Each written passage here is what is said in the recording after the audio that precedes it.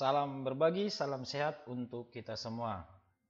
Pada kesempatan ini, saya akan mencoba mereview salah satu plafon yang bisa digunakan sebagai kelas virtual yang masih baru rilis, yang dinamakan dengan platform Gathertown.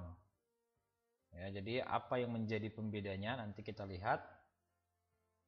Pada dasarnya virtual meeting atau kelas virtual di masa pandemi saat seperti ini ya sangat banyak bermunculan.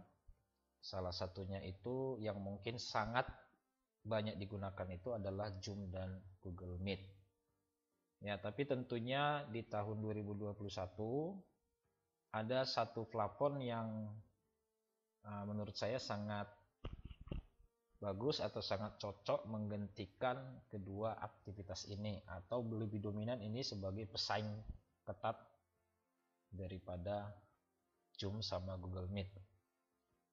Ya, jadi Gathertown ini adalah salah satu platform yang di dalamnya itu adalah penggabungan video call dengan map atau peta dua dimensi. Jadi di dalamnya itu nanti kita bisa melihat suasana seperti layaknya di dalam kelas. Ada ruangan-ruangan khusus, kita bisa berbicara dengan orang lain, kita bisa masuk ke kelas yang lain, ya, dan kita bisa tentunya membangun ruangan atau kelas, atau kalau di Gathertown sendiri dinamakan dia dengan space. Jadi bagaimana cara penggunaannya? Mari kita coba review. Ya, karena ini juga masih kategori baru, ya tentunya masing-masing nanti punya kelemahan dan kelebihan. Jadi bagaimana proses untuk masuk ke kelas ini?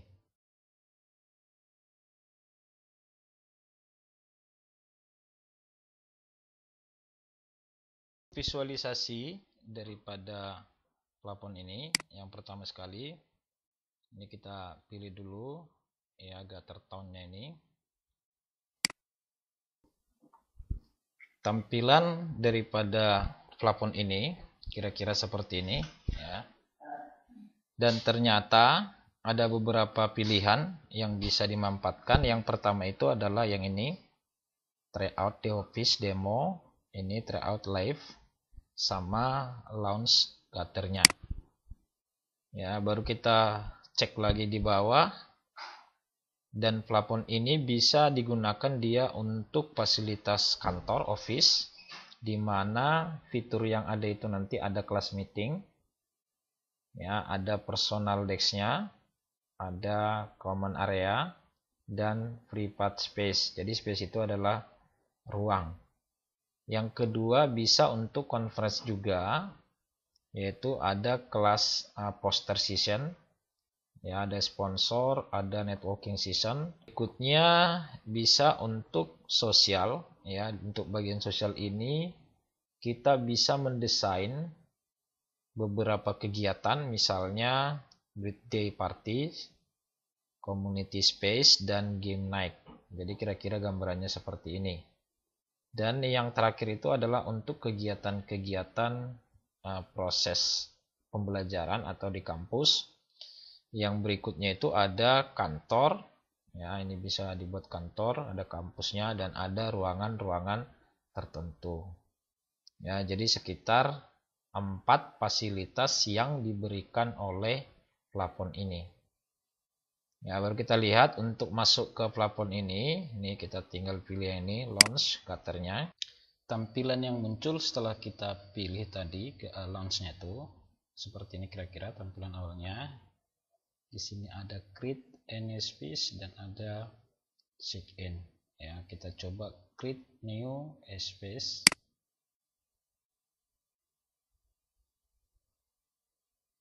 Untuk template di sini ada sekitar 1 2 3 4 5 6. Ya, jadi ada untuk office, ada untuk sosial, ada untuk conference, ada untuk edukasi, dan blank.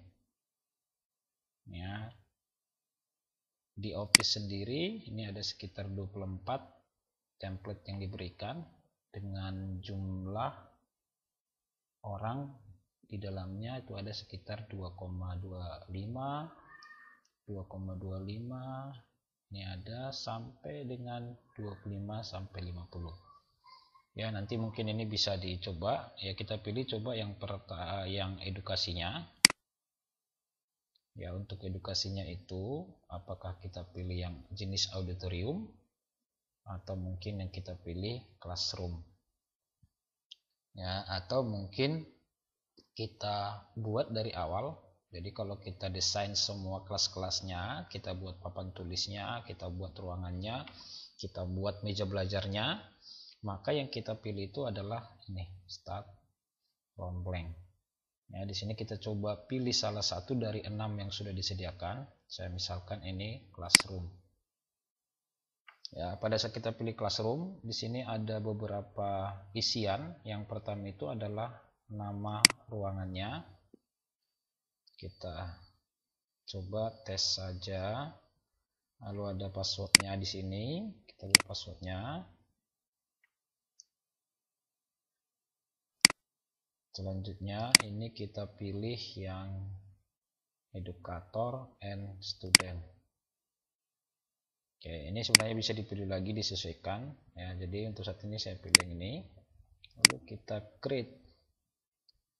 Ini kita pilih ini.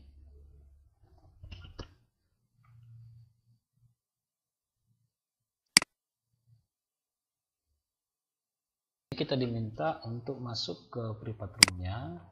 Tadi namanya tes saja, kita submit. Ya, untuk penamaan di sini kita buat nama kita sendiri. Saya misalkan tetaplah berbagi. Ini kita ganti icon kita, jenis avatarnya. Oke, lalu kita next-kan. Ya, di sini untuk memastikan kamera kita, sound kita, dan yang lainnya ya. Jadi sini ada pilihan tergantung dari kamera yang kita gunakan. Lalu kita join. Oke, tampilannya kira-kira seperti ini ya. Ini bisa kita geser, kita masuk ke ruangan ya, kira-kira seperti ini. Kita pakai panah kanan untuk masuk ke ruang belajar ya. Jadi ini nanti adalah tempat siswa, di sini nanti tempat guru. Ini bisa. Oke, tentunya pada saat kita masuk di satu ruangan, ini biasanya tidak bisa melakukan komunikasi dengan ruangan sebelah. Misalnya kita ada di sini, berarti komunikasi yang ada di sini di 18 ini ya, itu tidak kedengaran di lokasi-lokasi yang lainnya. Misalnya di ruangan 17 ya, pada saat guru ingin mengajar berarti masuk ke ruangan ini. Ataupun kalau seandainya siswa ingin masuk ke ruangan tertentu ya, tinggal diarahkan aja panah kiri, atas, bawah ya, untuk menuju ruang-ruangan tertentu dan melakukan komunikasi. Ya, selanjutnya beberapa fasilitas tambahan juga di sini. Yang bisa kita lakukan yaitu screen share-nya juga ada. Ya, ini sama dengan Zoom ya. Jadi tinggal kita share nanti, maka otomatis akan muncul. Baru yang berikutnya, kalau seandainya kita ingin mengundang ya untuk bergabung, itu tinggal kita pilih invite. Ya, lalu kita copy invite link-nya. Selanjutnya kita kirimkan ke orang-orang yang kita izinkan masuk di ruangan kita. Ya, sebenarnya ini ya lebih sederhana ya, dan jaringan yang kita gunakan pun cukup lumayan ringan kalau menurut saya. Selanjutnya apa yang bisa kita lakukan? Di sini ada build.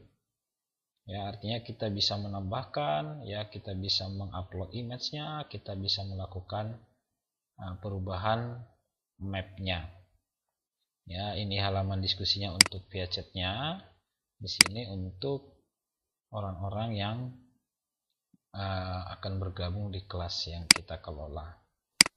Ya, jadi kalau kita mau pilih yang lain mungkin saya rasa bisa dicoba ya, tentunya itu menjadi hal utama yang bisa kita lakukan. Jadi menunya pun gak terlalu banyak ya, build-nya ini untuk settingnya ini ya, custom space-nya, space access dan yang lainnya ya. Jadi saya rasa cukup review untuk Qatar tahun yang masih tergolong baru ya. Saya rasa cukup sekian, semoga bermanfaat.